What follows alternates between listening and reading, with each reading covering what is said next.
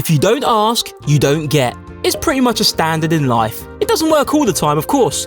I went to the shop the other day and said, can I have a PS5, an 80-inch TV and a soundbar? They said no, unfortunately, but it was worth a try. In pro wrestling, it depends where you are on the card. I mean, would you see a Taka Michinoku asking for a main event WrestleMania match versus Stone Cold Steve Austin? I don't think so. Others did make those demands though. Some of the demands were ludicrous, but some of the demands were made by top tier talent. That being said, my name's Nathan from What Culture Wrestling, and these are the 10 wrestlers who made insane demands. Number 10. Ultimate Warrior's comic book clause. If you remember the Ultimate Warrior's 1996 comeback, then you've got a good memory, because it wasn't the most memorable comeback. There's no denying that he was over in his first run, but he was very controversial too. Warrior launched the comic book and wanted the WWF to buy thousands and to promote it as well. McMahon had to make a decision: buy loads of comic books or say bye-bye to Warrior's star power. Vince chose the comic books, so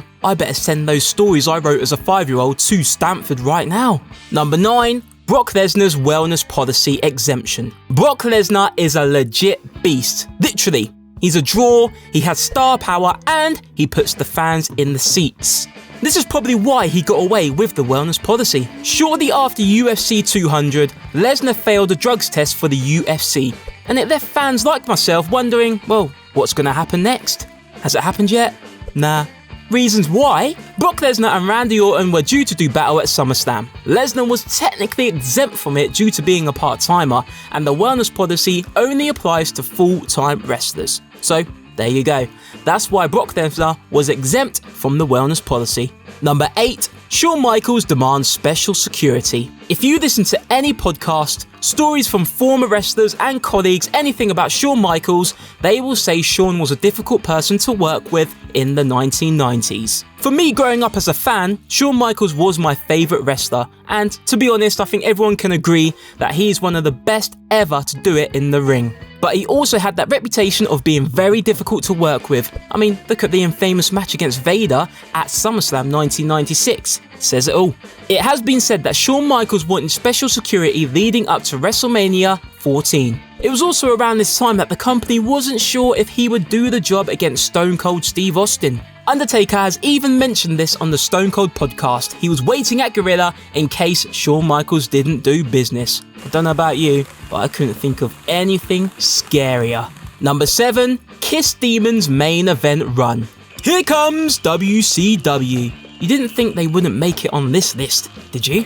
Gene Simmons worked to deal with Eric Bischoff that really didn't do anything for the wrestling scene. Kiss Demon was the name, and the contract? The character needed to work a number of main event matches on programs, including pay-per-views. Of course, this is quite a strange one, but thinking back to some of the wild things that WCW did in the 90s, it kind of fits.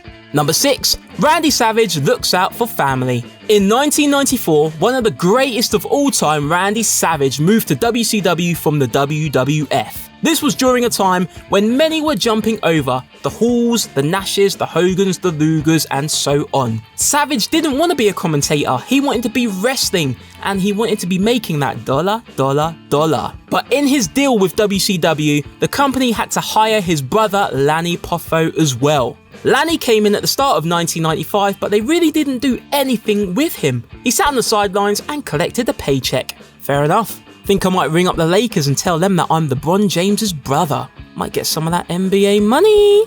Number 5. Hulk Hogan gets 25% of the live gate. Bruce Pritchard has said WWF were interested in bringing Hulk Hogan back towards the end of the 90s. As you remember, Hulk had reinvented himself. He had the heel turn, he was edgier, and he was with the NWO. But Hulk Hogan also knew how to play the contract game. He was smart. It was pretty much like WWF offered me this, well, WCW offered me that, you get the game. In 1998, Hogan signed a new contract with WCW. These are some of the highlights. A $20,000 bonus for wearing his merch on TV, and 25% of the live gate gross for Nitro, Thunder, and all pay-per-views. So he's getting a quarter of the tickets sold to fans. It's unreal. Now, looking back at that over 20 years later, it's easy to see why WCW went out of business with all those contracts and spending money like it comes out of a printer, which I think it does actually, doesn't it? Number 4, Scott Hall gets favoured nations. Guess which company we're talking about now? WCW, you were right. Favoured nations meant that Hall and Nash had to be the highest paid in the company other than Hulk Hogan. If someone signed for more, then their contracts would match that.